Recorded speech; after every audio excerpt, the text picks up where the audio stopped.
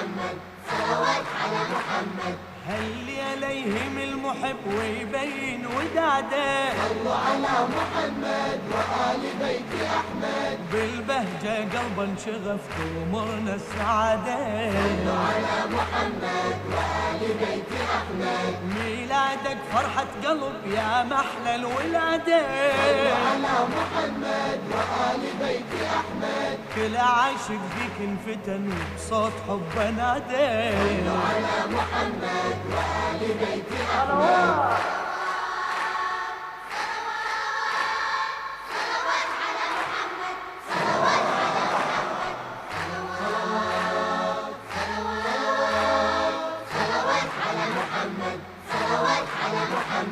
هاليوم روح المصطفى ميلادك غمرها صلوا على محمد وآل بيت أحمد ايوه اليوم روض المرتضى يتفاوح عطرها. Peace be upon you, O Master of Martyrs. Peace be upon you, O Aba Abdullah al-Hussein. السلام عليك أيها العبد الصالح. السلام عليك يا أبا الفضل العباس ابن أمير المؤمنين. Peace be upon you, O Abu al-Fadl al-Abbas, O son of Amir al-Mu'mineen, O loyal brother of Imam Hussein. Assalamu alayka ya Amir al-Mu'mineen. Assalamu alayka ya Akha Rasulullah sallallahu alayhi wa alihi wa rahmatullahi wa barakatuh. Assalamu alayka ya Ali ibn Abi Talib ya Amir al-Mu'mineen. Assalamu alayka ya Aba Abd al-Hussein wa ala al-arwah allati hallat bifna'ik. خصوصا سيدي ومولاي يا أبو الفضل العباس عليه السلام.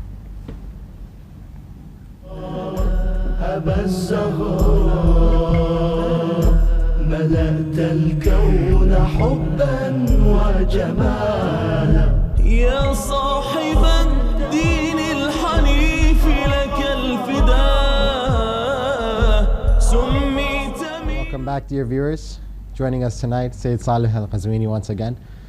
Sayyid, when we talk about the status of Abu Talib, there seems to be a dispute in the Ummah at this point, where a lot of people don't recognize his importance, and at the same time some people like to believe that he died a kafir, he died a disbeliever. Could you shed some light on this issue, because I feel like it's something that we tend to overlook as Shias. بسم الله الرحمن الرحيم. الحمد لله رب العالمين والصلاة والسلام على أشرف الأنبياء والمرسلين حبيب إله العالمين أبي القاسم المصطفى محمد وعلى أهل بيته الطيبين الطاهرين الذين أذهب الله عنهم الرجس وطهرهم تطهيرا. The issue of Abu Talib alayhi salam, the mu'min of Quraysh, the believer of Quraysh, and one of the first to believe in Rasulullah sallallahu alayhi wa alihi, is a very crucial issue. And it's very upsetting that we see there's a group of Muslims that criticize and attack Abu Talib. Now there were so many kuffar, there were so many mushrikeen, there were so many disbelievers and many hypocrites, but there is an insistence on attacking Abu Talib alayhi salam. There's an insistence on stressing a point that he died as a kafir, which he did not die as a kafir. We do not believe this. And this is a very important issue, because we, the Shi'as, we are constantly accused of attacking the Sahaba. Well, who is being attacked right now? Abu Talib, he was one of the first Sahaba of Rasulullah sallallahu alaihi wasallam. He was one of the first believers in Rasulullah, but until today you see people stress and say that he died as a kafir. And today I want to look at this issue and we'll see, did he really die as a kafir, or are these just false allegations? Inshallah. And in the conclusion we will find out that these are all false allegations because of a reason, because of a political reason, a politically motivated reason behind this. That's sad that it's tainted us up until now. Even. And unfortunately this is an issue that we see, it's constantly brought up. It's as if there's something that they have to say, and they constantly say Abu Talib is burning in the hellfire. Thank you very much, Sayyid. With that said, what proofs are there that say he died as a disbeliever? Are there any proofs in the first place? First of all, the biggest proof is that he is he is the father of Amir al-Mu'mineen Ali ibn Abi Talib. This is the only crime of Abu Talib alayhi salam. His crime is that he is the father of Amir al-Mu'mineen Ali ibn Abi Talib. And because they could not find anything to attack Amir al-Mu'mineen with, so they come and they fabricated this issue that Abu Talib died as a kafir and he did not believe in Rasulullah sallallahu alayhi wa alihi. Of course, today there are some narrations which we do not accept, and I will mention the reason why we do not accept this. This is a hadith that is narrated by Sahih Bukhari and Sahih Muslim. And Sahih Bukhari is probably the first book after the Quran for the majority of the Muslims, the non-Shia. It's the sister of the Quran or something. Yes. Sahih Bukhari and Sahih Muslim. However, at the end we will come and we will see why we question Sahih Bukhari and Sahih Muslim. Because we see that even Sahih Bukhari and Sahih Muslim, they were politically motivated ahadith that were placed in this book. And we will see that this hadith, it says that this hadith is mentioned in Sahih Bukhari and Sahih Muslim. It says that when Abu Talib was on his deathbed, Rasulullah sallallahu alayhi wa alihi, he comes to him. He's on one side, and on another side is Abdullah ibn Umayyah and Abu Jahl. Rasulullah sallallahu alayhi wa alihi, he tells him, of course this is what the hadith says, this is not what we believe in. Yes. Rasulullah tells him, say the shahada and you will go to paradise and you will enter paradise. On the other side, Abu Jahl and Ibn Umayyah, he tells him, do not say this. They keep telling him, do not say the shahada. Rasulullah tells him, say the shahada and I will ask Allah to forgive you. I will do istighfar for you. They say that as soon as Rasulullah said this, a verse came down, وَمَا كَانَ لِلنَّبِيِّ وَالَّذِينَ آمَنُوا أَن يَسْتَغْفِرُوا لِلْمُشْرِكِينَ وَلَوْ كَانُوا أُولِي قُرْبَى مِنْ بَعْدِ مَا تَبَيَّنَ لَهُمْ أَنَّهُمْ أَصْحَابُ الْجَحِيمِ. The verse says, Rasulullah and the believers cannot do istighfar for someone who died as a mushrik, someone who died as a kafir, even if they are a family member, because they died as a kafir, you cannot do istighfar for this person. Now this verse, it's a general verse, but they came and they attached it to Abu Talib alayhi salam. They came and they say that this verse has to do with Abu Talib alayhi salam. However, once we analyze this verse and once we analyze this hadith in itself, we will see that it has nothing to do with Abu Talib alayhi salam. Abu Talib did not die as a mushrik. Abu Talib did not die as a kafir. Abu Talib's iman was very known and very obvious, even to the kuffar of Mecca, because he was the first one that defended Rasulullah. He took in Rasulullah. He was the one that raised Rasulullah. When Rasulullah's father passed away, who was he in the custody of? Abu Talib. Abu Talib alayhi salam. He would take care of Rasulullah sallallahu alayhi wa alihi, and he would honor Rasulullah, and he would treat Rasulullah better than he treats his own sons. But for some, that doesn't matter. Does not matter, and they want to attach this verse to Abu Talib and saying that he died as a kafir. However, this verse can be refuted very easily, and this hadith, this narration that is mentioned by Sahih Bukhari and Sahih Muslim, can be refuted very easily. There are a few points. The first point is that if this verse came down on Abu Talib alayhi salam, then this verse should have came down in Mecca. Because where did Abu Talib die? Mecca. He passed away in Mecca 10 years after the Ba'tha of Rasulullah sallallahu alayhi wa alihi. So for 10 years he protected Rasulullah. For 10 years he took in Rasulullah and he harbored Rasulullah. And eventually he died in Sha'b Abu Talib, where all of the Muslims, Abu Talib and Khadija, they were in a secluded place, because there were sanctions against the Muslims. There were sanctions against the believers. They could not trade, they could not get married, they could not do anything. They could not deal with the environment, with the others around them. So Abu Talib, he was also in Sha'b Abu Talib with Rasulullah sallallahu alayhi wa sallam. He was being tortured and he was being sanctioned by the kuffar. So if this verse and this fabricated narration, it would mean that this verse should have came down in Mecca. But when we go and we look at this verse, we see that it came down in Medina. It did not come down in Mecca. And for anyone that has a little bit of understanding of the tafsir of the Quran, a little bit of logic about the tafsir of the Quran, it came down in steps, a gradual steps. There was a story that would take place, something would happen, a verse would come down. Another issue happens, a verse comes down. So if this verse came down when Rasulullah was going to ask Abu Talib, Allah to forgive Abu Talib, then that means this verse would have came down in Mecca. But this verse came down in Medina 9 years after the death of Abu Talib. 9 years after Hijrah and 12 years after the death of Abu Talib alayhi salam. So this verse came in a completely different scenario. It has a complete different story, but they came and they want to attach it to Abu Talib because they want to attack Amir al-Mu'mineen. So from a logical standpoint, the verse wouldn't even make sense. It doesn't even make sense because it has nothing to, it didn't come down. It came down 12 years after the death of Abu Talib. It doesn't make sense for a verse to come down. If it has to do with Abu Talib, it should have came down in Mecca. It should have came down during that time where Rasulullah says, I will forgive Abu Talib. I will ask Allah to forgive Abu Talib. And second, we come and we see that Bukhari and Muslim, who consider themselves Islamic scholars, is this a correct way to analyze the Quran? To come and bring a verse that came down 12 years after the death of Abu Talib and attach it to Abu Talib? Does this show that they are trustworthy? Does this show that we can trust this source of information?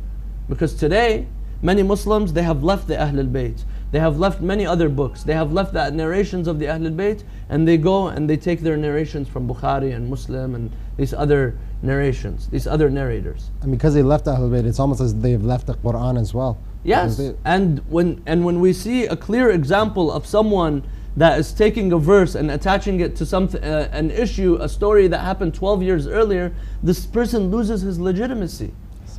Today, if you take a reporter, these narrators, they're like reporters. They're giving us a hadith. They're telling us what took place. If a reporter comes and gives a wrong news, he comes and he takes a story from 12 years ago and he brings it and he tries to add it today. Are you going to see this reporter as a reliable reporter? Are you going to take your faith? This is not just a story. We are taking our faith from these narrations. This is why it's very important. We should open our eyes and see where we are taking our books from, where we are taking our narrations from. We cannot just accept any narration. إِذَا جَاءَكُمْ فَاسِقٌ بِنَبَأٍ فَتَبَيَّنُوا.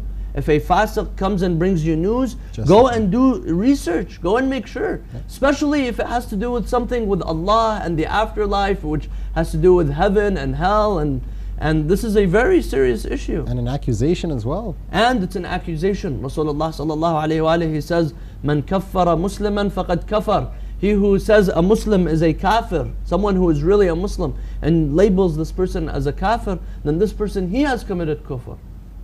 So this issue is a very important issue.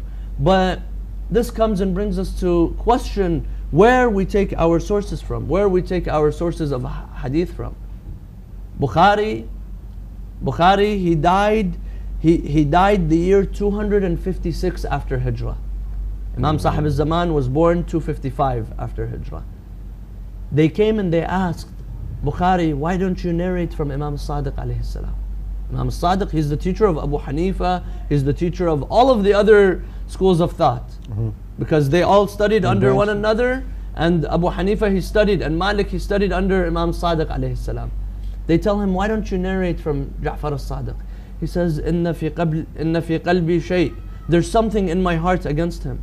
And you see, you open all of Sahih Bukhari, you see there's not one single hadith from Imam Sadiq alayhi salam. There is not one single hadith from Imam Sadiq, this scholar of Ahlul Bayt, this knowledgeable scholar of Ahlul Bayt, who Sunnis and Shi'as take their knowledge from him. And over 2,500 hadith from Abu Hurairah somehow. Yes. And he died 256 years after Hijrah. Why don't we come and take someone who is closer to the Prophet? Who's closer to the Prophet? We the Shi'as, we take our hadiths from Imam Sadiq alayhi salam. This is why we're labeled as the Ja'fari school of thought. Who's closer? Who's closer to Rasulullah? Imam Sadiq or Bukhari? Imam Sadiq is closer to Rasulullah. Who's closer to Rasulullah? Amir al-Mu'mineen, Fatima al-Zahra, the Ahlul Bayt, or the companions? The Ahlul Bayt, they're closer. This is why we take our religion and our faith and our narrations from the Ahlul Bayt alayhim salam. Thank you. And there's another proof. There's another reason. This verse, the first is that if you look at it in a chronologically, you see that it does not fit. There's 12-year gap between them. Second, we come and we see that there's a complete different reason for this verse. Complete different reason. So what event actually happened Yes, which caused this? and verse? this is also mentioned by other Sunni scholars. For example, Tabari and Al-Fakhr al-Razi in their tafsir, they come and they mention a completely different story for this verse. What's the reason of this verse? Ahsant. And they say that this verse, it came speaking in a general sense.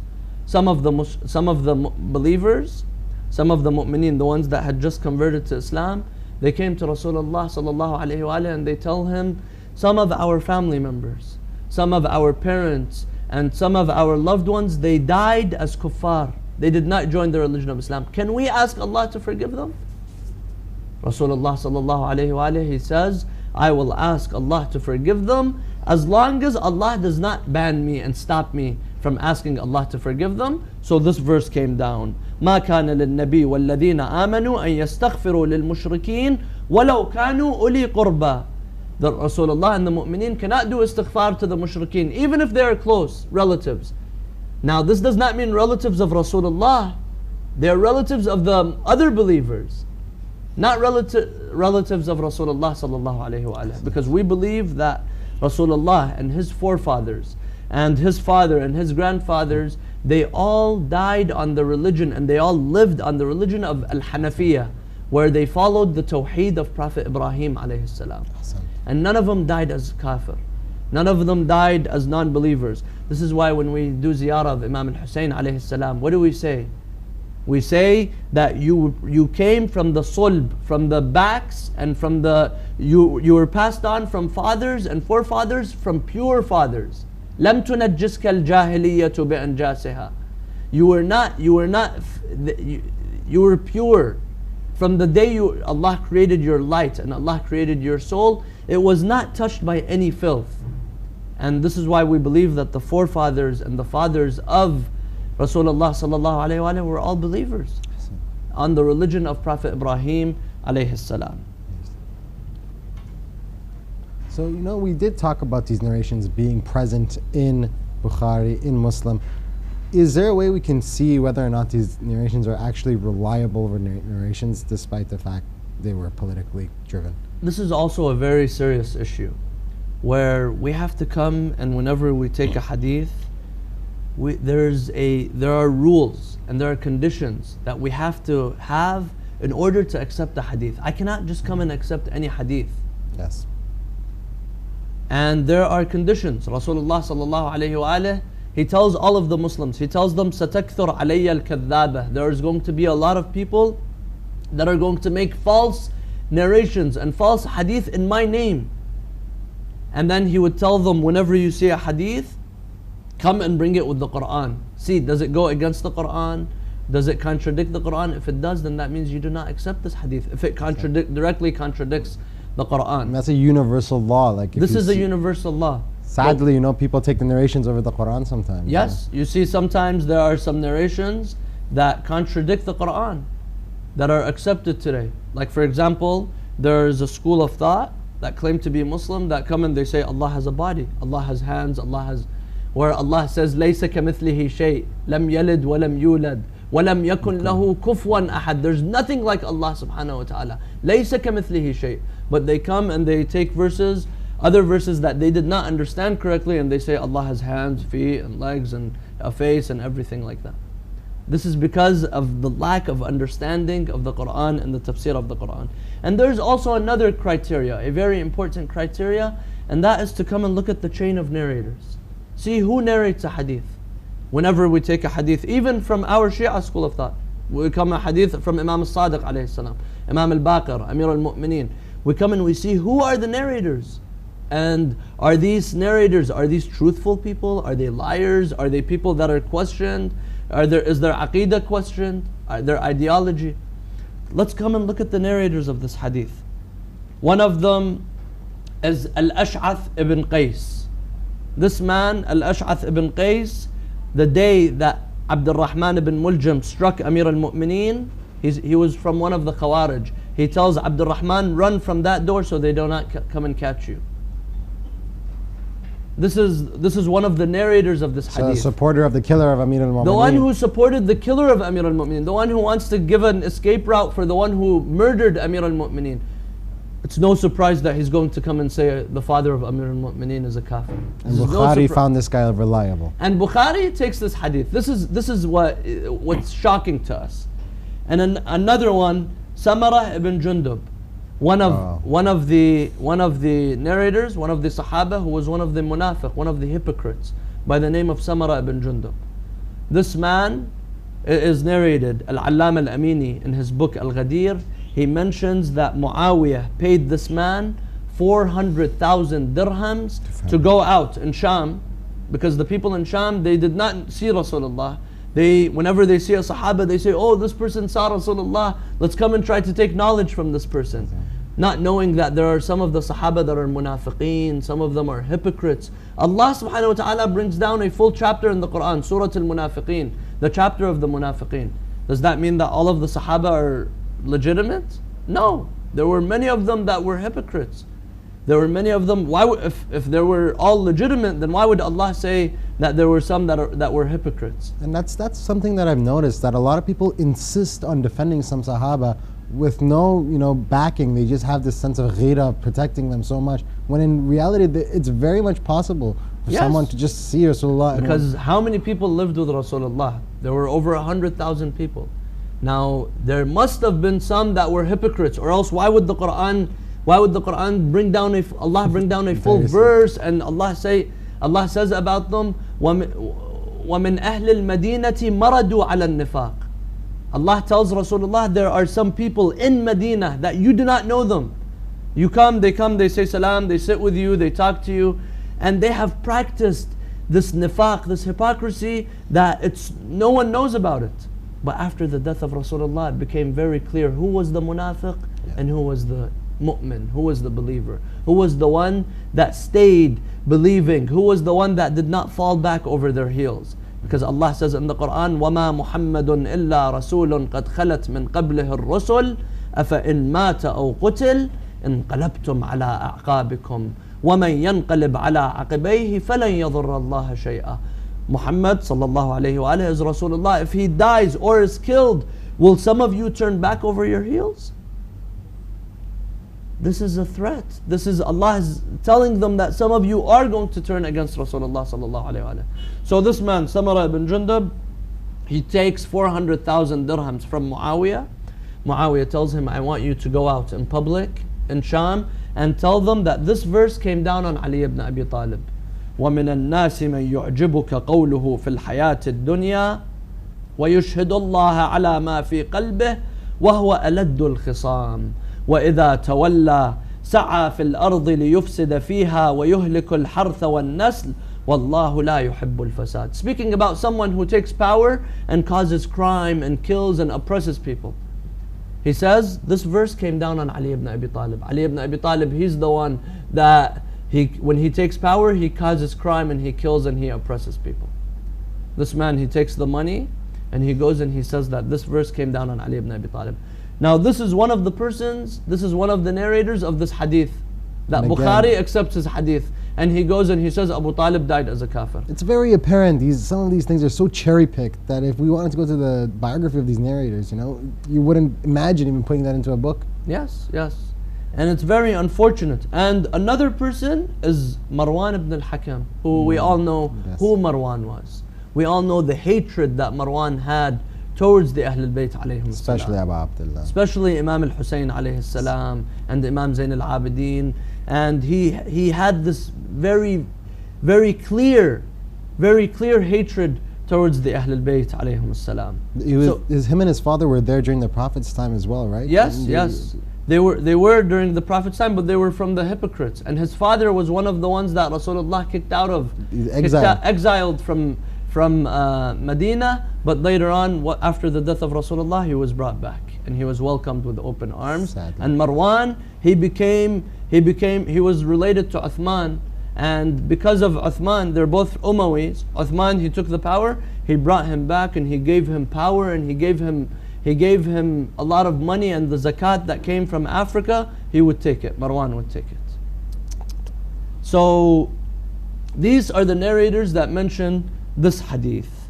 Now there's also a very important issue, that these narrations that stress that Abu Talib died as a kafir, were these narrations mentioned during the life of Amir al-Mu'mineen, during the life of Rasulullah, or after the life of Rasulullah? Once we analyze, we will see that all of these narrations were brought about after the life of Rasulullah. During the life of Rasulullah, no one would come tell Rasulullah, your uncle died as a kafir, because they knew that Rasulullah was going to tell them, no, he did not die as a kafir.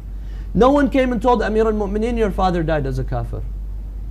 So we have no record. Yes, of anyone saying even there was an argument between Amir al-Mu'mineen and Muawiyah. So Amir al-Mu'mineen, he tells Muawiyah, I am better than you. Of course, in Iman. In Iman, he says, I'm closer to Rasulullah than you, and my father is closer to Rasulullah than your father. My father is better than your father. Now we know that if Amir al-Mu'mineen knew that his father died as a kafir, would he come and say, because we know that Abu Sufyan joined the religion of Islam. Now was this Islam, was it, how accurate it was, how reliable it was it out of fear, was it really faith in Allah or not? This is up to Allah subhanahu wa ta'ala. Even though we know that he had hatred for the Ahlul Bayt and he did not believe in Rasulullah sallallahu alayhi wa alayhi. But because of the fear and because he saw that everyone was accepting the religion of Islam, and he saw Abbas, the uncle of Rasulullah, he had a sword with him, and he scared him, he joined the religion of Islam. It's funny how many people like to insist that Abu Sufyan died a Muslim, and how many want to insist that Abu Talib was. And given the fact that all of the Muslims agree that Abu Sufyan fought in the battle of Badr, in the battle of Uhud, until the last few moments before the Fath of Mecca, before Rasulullah came back to Mecca, the last few years of the life of Rasulullah, he was still holding back and did not believe in Rasulullah sallallahu alayhi wa alayhi. So Amir al-Mu'mineen, he tells Muawiyah, my father is better than your father. And Amir al-Mu'mineen knows that Abu Sufyan joined the religion of Islam, even though it was this apparent religion of Islam. He says, my father is better than your father. That means Abu Talib did join the religion of Islam during the life of Rasulullah sallallahu alayhi wa alayhi. And just to clear something up for the viewers, you know, the Arabs at that time had a tendency to label them based off the actions of their father. So for example, if the father did something bad, they would say, oh, son of the person who committed this action. Yes. We have absolutely no record. There's no record of anyone attacking the Ahlul Bayt, telling them your grandfather, attacking Imam Hussein, attacking Imam Hassan, telling them your grandfather died as a kafir. This was all something that was brought up many years after the death of the Ahlul Bayt, after the death of Amir al-Mu'mineen Rasulullah, where then unfortunately there are many people that always want to find an excuse for the enemies of the Ahlul Bayt, but never you see them trying to find an excuse and defending the Ahlul Bayt alayhim salam. And this shows the hatred that some have for the Ahlul Bayt alayhim salam. My goodness. And there's also another proof. Today, when you want to see if a person is a mu'min or not a mu'min, what do? You look at this person apparently, how this person was. You look at the person's words and the person's actions. Now let's go and look at the actions and the words of Abu Talib alayhi salam. We go and we look at the faith of Abu Talib alayhi salam. He would show his faith, and his faith was very evident, it was very clear in Rasulullah sallallahu alayhi wa alayhi. He would have words praising Rasulullah sallallahu alayhi wa alayhi. Rasulullah, when he wanted to propose to Khadija, who was the one that did the aqd of Rasulullah? It was Abu Talib alayhi salam. If Rasulullah knows that Abu Talib is not a Muslim and he's not authentic and he's not a believer, he would not have Abu Talib come and perform his marriage contract with Khadija alayhi salam. But he comes and he brings Abu Talib alayhi salam. And the second, there's also a proof for the iman of Abu Talib, and that is the poems of Abu Talib. And these poems of Abu Talib, the imams of the Ahlul Bayt, they would tell the Shi'as, teach your children the poems of Abu Talib, Sha'r Abu Talib. They would tell the Shi'as, teach your children the poems of Abu Talib in praise of Rasulullah sallallahu alayhi wa alayhi. In one of the poems he says, إن ابن آمنة النبي محمد عندي يفوق منازل الأولاد. He says the son of Amina, the mother of Rasulullah, he says إن ابن آمنة النبي, the Prophet Muhammad, for me عندي يفوق منازل الأولاد, to me he is closer than my own sons. Subhanallah. He would say, Rasulullah sallallahu alayhi wa, he says he's a prophet, and he says he is closer than my own sons.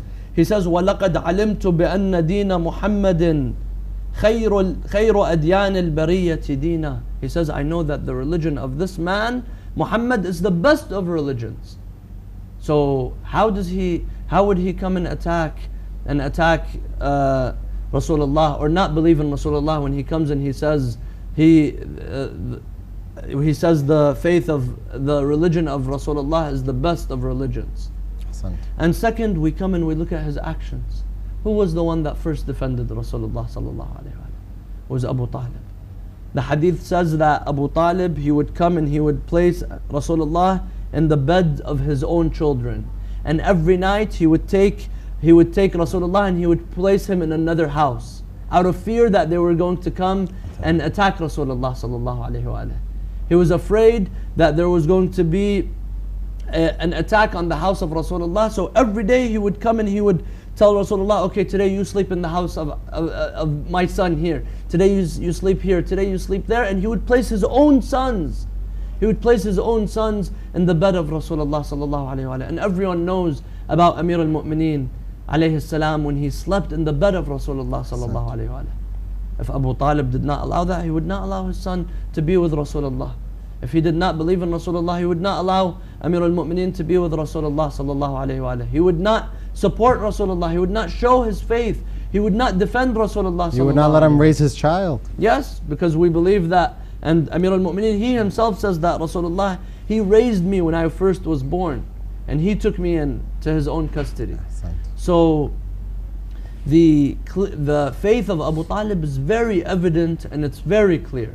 And there are many stories of the kuffar. They came and they told Abu Talib, let go of Rasulullah, let go of this your nephew. We will give you everything. We'll give you wealth. We'll give you whatever you desire. Let go of him. Abandon him. Rasulullah sallallahu alaihi wasallam never abandoned him. He never let go of him. Yes, today there are some, they come and they say yes, because it's obvious he's his family member. Even if he does not believe in him, he's going to defend the family member. But we have many proofs that show that Abu Talib believed in Rasulullah sallallahu alaihi wasallam. There was a pact between the kuffar and the Muslims. That there was a letter, it was written in the Kaaba. This letter in the Kaaba, it had a resolution, it had a pact against the Muslims. Say, don't deal with them, don't trade with them, don't do anything with them. One day Abu Talib, he came out to the kuffar and he tells them, I'll give you Muhammad. You want Rasulullah? I'll give him to you. He tells them under one condition. He tells me, Rasulullah told Abu Talib that they will go and they will look at the Kaaba and they're going to go and read the letter and see that a termite has eaten all of the letter except one sentence, and that sentence was Bismika Allahumma, Bismillah ar-Rahman ar-Rahim, Bismika Allahumma. Rasulullah, who was in Sha'b Abu Talib, he tells Abu Talib that a termite has eaten all of this letter, this pact against that they wrote against the Muslims, and it has eaten everything except that first statement, Bismika Allahumma. Abu Talib, he tells Rasulullah, is this really what has happened? Rasulullah tells him yes. So Abu Talib, he goes out in front of the kuffar and he tells them, I'll hand over Rasulullah to you under one condition. Under one condition, he tells me that if that letter has been eaten, then I will never give him up to you. And if the letter has not been eaten, then you can have him. What does this mean?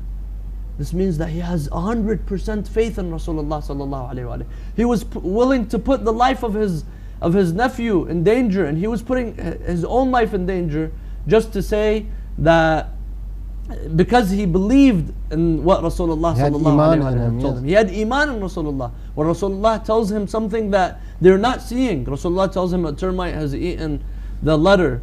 Now, would anyone, it's very difficult to believe something like that. Abu Talib alayhi salam, he believed in Rasulullah sallallahu alayhi wa sallam. So these are the signs of the faith of Abu Talib alayhi salam. But there was one thing, there was one issue. Abu Talib, because in order to protect the faith of Rasulullah, there were some times that he did not make it very apparent that he had joined the religion of Islam, and this is to be a mediator with the kuffar. He believed in Rasulullah sallallahu alaihi wasallam. There's no doubt about that. All of our imams, they tell us that Abu Talib believed in Rasulullah. But yes, sometimes in order to negotiate with the kuffar, because if he comes and he says, I'm a believer, they're not going to negotiate with him. They're going to treat him like Hamza, the other uncle of Rasulullah, who they killed. And the other one who would defend Rasulullah sallallahu alaihi wasallam very clearly. Abu Talib, he had a political defense. Hamza defended Rasulullah with his bravery and with his might. So there needs to be a political defender of Rasulullah. Abu Talib, he took on that role because he had respect in the community. And in essence, Islam was able to grow because of his protection of Rasulullah. Because of his protection of Rasulullah sallallahu alaihi wasallam. Along with his entire lineage, and Imam Ali alayhi salam was the protector of Rasulullah throughout his life as well. And he raised his sons in a way that they all believed in Rasulullah. Aqil and Ja'far, and they all believed in Rasulullah sallallahu alaihi wasallam. None of them had any doubt in the faith of Rasulullah, and none of them had any doubt, and they all had faith in Rasulullah sallallahu alaihi wasallam. As opposed to some Sahaba who, to the very last day, even had doubt. Till the very last day, they did not believe in Rasulullah, and until the last moments, then they finally joined the religion of Islam. And today you see them; they're the ones that are being praised. And Abu Talib, the one who defended Rasulullah, the one who took care of Rasulullah, the one who gave everything he had. He died very poor. He gave everything. He, along with Khadija, and they died in the year Amil Huzn, the year of sadness of Rasulullah, the year of mourning of Rasulullah sallallahu alaihi wasallam. 10 years after the Ba'tha of Rasulullah, they both died in that year, and that was the worst year for Rasulullah sallallahu alaihi wasallam. The year of grief, where eventually after that Rasulullah had to migrate from Mecca because he did not have anyone to protect him anymore. He stayed in Mecca as long as Abu Talib was in Mecca, protecting him, defending him. Once Abu Talib passed away, once Khadija passed away, later on he had to migrate because there was no one protecting Rasulullah anymore. We have about 10 more minutes left on our show. Would you like to mention anything with regards to Abu Talib's importance, with regards to the Mab'ath? You know, the Prophet came into prophethood at the age of 40. So up until the age of 40, what would you say was the role of Abu Talib, as well as being a protector, as well as, you know, bringing him up? What else could Abu Talib was one of the first to believe in Rasulullah sallallahu alaihi wasallam. One of the first who took in Rasulullah and defended Rasulullah sallallahu alaihi wasallam. And he, because of that, he had to defend Rasulullah politically, he had to hide his faith sometimes in front of the kuffar. And Imam Sadiq alayhi salam, he says, Aba Talib mimman katama imanah fadha'afahu Allah ajrahu marratayn. Abu Talib hid his faith. He concealed his faith, so Allah rewards him twice, because it's difficult to believe in something and not show it. Wallah, we take it for granted sometimes. This is something very difficult to not show. Imagine you love Imam Hussein, but you cannot show. Your life is in danger, and the life of Imam and the life of someone who you love very much is in danger if you show that you love this person and you believe in this person. He did all of that just to defend Rasulullah sallallahu alaihi wasallam. And Allah speaks about a mu'min in Al-Fir'aun. During the time of Musa, there was a believer. There was a believer who would tell Fir'aun, do not harm Musa, do not hurt Musa. And Allah mentions this in the Quran, وَقَالَ رَجُلٌ مُؤْمِنٌ مِنْ آلِ فِرْعَوْنَ يَكْتُمُ إِيمَانَهُ. A person, mu'min, but he hid his faith. And this is something that was very, very clear. During the early stages of Islam, there were some Muslims that were hiding their faith. Ammar ibn Yasir, they killed his father, Yasir and Sumayya, the first shuhada in Islam. They came to Ammar and they tell him, do kufr in Rasulullah, do kufr in Allah. Ammar, he saw his father and his mother, they were just killed in front of him. Brutally killed too. Yeah. Brutally killed. He did kufr. He just said it with his tongue, but he did not believe in it. In his heart. He came He came to Rasulullah crying to Rasulullah. He tells him, this is what I said. I ask Allah to forgive me. I ask you to forgive me. Rasulullah sallallahu alayhi wa told him it's okay. And a verse came down speaking about the taqiyya that was allowed. Some of the Muslims, some of the believers, they had to do taqiyya in order to protect their lives. Abu Talib, why is it accepted with others, and why is he exempt from this issue? Why is there so much insistence that Abu Talib died as a kafir? And this shows, this all goes back. The main reason behind this is he is the father of Amir al-Mu'mineen Ali ibn Abi Talib. He is the father of Amir al-Mu'mineen, and Amir al-Mu'mineen, inshallah tomorrow we will discuss when we speak about the Mab'ath. Amir al-Mu'mineen, he was the first to believe in Rasulullah. He was the first to support Rasulullah. He was the first to migrate with Rasulullah. He was the first to be with Rasulullah. He was the one that slept in the bed of Rasulullah when the tribes of Mecca attacked the house of Rasulullah sallallahu alaihi wasallam. He was the one who defended the Muslims in Badr and Uhud. He was the one who lifted the door of Khaybar. The kuffar, they had a grudge against Amir al-Mu'mineen. To the extent when Imam Hussein was asking them in the field of Karbala, he's saying, what have I done wrong to you? They said, we are here out of hatred of your father, Amir al-Mu'mineen, Ali ibn Abi Talib. نَقْتُلُكَ بُغْضًا لِأَبِيكَ. The kuffar, they all had a hatred towards Amir al-Mu'mineen and a hatred towards Rasulullah. And the munafiqeen, they had a hatred towards Rasulullah. But now it was too late for them to come and attack Rasulullah, because if they do, then that means they're going to make it very clear that they're against the religion of Islam. But they would attack Amir al-Mu'mineen. The narration says that for 80 years, the name of Amir al-Mu'mineen, Fatima al-Zahra, Imam al-Hasan and Imam al-Hussein were cursed on the pulpits of Bani Umayyah and Jum'ah prayers. And the first person who started this cursing of Ali ibn Abi Talib was Muawiyah. He would pay people, just like I mentioned, he would pay people to curse Ali ibn Abi Talib, to attack Amir al-Mu'mineen. So it's very obvious, if they're attacking Amir al-Mu'mineen, they're attacking Fatima al-Zahra, Imam al-Hasan, Imam al-Hussein, of course they're also going to attack Abu Talib. This is something that is no shock to us. It's no surprise to us. So we believe that Abu Talib believed in Rasulullah, and he died as a believer in Rasulullah sallallahu alaihi wasallam. And we go in Mecca, in the cemetery of Hujun, we go and we visit his shrine. And today I saw a picture, today I saw a picture that in Saudi Arabia right now they're building a wall in front of the cemetery of Al-Hujun, where people are not able to come and stand and say salam to Abu Talib, Khadija, and the fathers and the grandfathers of Rasulullah sallallahu alaihi wasallam. Why? What do they get out of this? Because that hatred that people had back then for Amir al-Mu'mineen and the Ahlul Bayt is very visible until today. And until today, why is there an insistence? Why don't people come and say Abu Sufyan? Why don't people come and attack Abu Jahl? Why don't people come and attack the others? There were many of the Sahaba. The narration says that Muawiyah, he joined the religion of Islam after his father Abu Sufyan. But today Muawiyah is praised, Muawiyah is respected. There's an entire book by Aisha Bewley's out there saying Muawiyah, the restorer of the Muslim faith. Could you believe that? Yes. And they're attacking the ones who defended Rasulullah and the ones who were with Rasulullah sallallahu alaihi wasallam, and they're siding with the ones that were not necessarily with Rasulullah during the early stages of the life of Rasulullah sallallahu alaihi wasallam. Ahsant. And that is why on Mab'ath we also like to send our congratulations to Imam Ali alayhi salam, for it is the day where his prophet was. It's tomorrow when we do the show, it's going to be night here. So during the day of Mab'ath, tomorrow morning, Inshallah, it's highly recommended to visit Amir al-Mu'mineen Ali ibn Abi Talib alayhi salam. Ahsant. As well as visiting Rasulullah, we visit Amir al-Mu'mineen, and there's a specific ziyarah of Amir al-Mu'mineen. And inshallah, Allah allows me to go to Najaf, and I will pray for the viewers as well, inshallah, and I will do dua for them.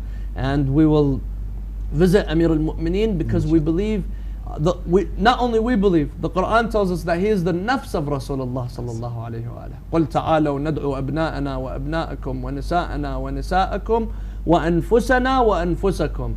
The nafs of Rasulullah, Amir al-Mu'mineen Ali ibn Abi Talib, where Rasulullah says, you are from me and I am from you, speaking to Ali ibn Abi Talib. So tomorrow we commemorate the beginning the proclamation of the faith where the angel Jibreel came to Rasulullah sallallahu alayhi wa alihi, and he tells him, "Iqra, Iqra, bismi rabbika alladhi khalaq." He comes and he brings him this verse to recite. We believe that Amir al-Mu'mineen was with Rasulullah and he would go in the ghar with Rasulullah sallallahu alayhi wa alihi. And this is something that he mentions, and it's mentioned in Nahj al-Balagha. Ahsan. Thank you very much, Sayyidina. It was a very enlightening discussion we had tonight, especially with regards to Abu Talib. I learned a lot with regards to the narrations that, you know, that some of the other schools like to talk about Abu Talib. So, with that being said, we would like to conclude tonight's program. We'd like to thank the viewers for joining us tonight in honor of Abu Talib. As you know, tonight is what some narrations like to say that was his wafat, it is his death, and at the same time it is the night of the Eid al-Mab'ath, the day where Rasulullah was appointed as a prophet in the cave of Hira. We would like to finally end the program with this dua for Allah subhanahu wa ta'ala to hasten the reappearance of Imam Mahdi Ajlallahu ta'ala faraja. Allahumma ajil waliyaka al-faraj. Wa sallallahu ala Muhammadin wa alihi al-tahirin. Wassalamu alaikum wa rahmatullahi wa barakatuh. Thank you very much.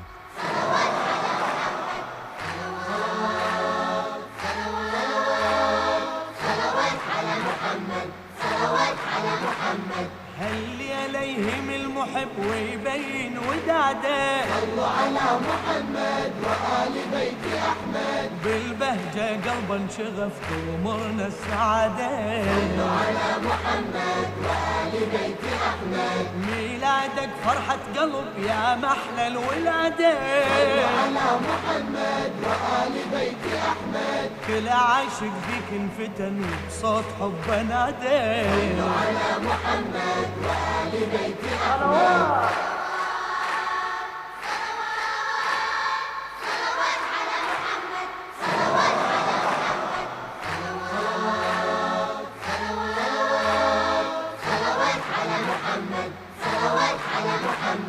هاليوم روح المصطفى ميلادك غمرها صلوا على محمد وآل بيت أحمد ايوه اليوم روض المرتضى يتفاوح عطرها صلوا على محمد وآل بيت أحمد وبالطيب امك فاطمه هالمولد يسرها محمد وآل بيت أحمد وحسين عينه ويا الحسن يشبح لك نظرها على محمد وآل بيت أحمد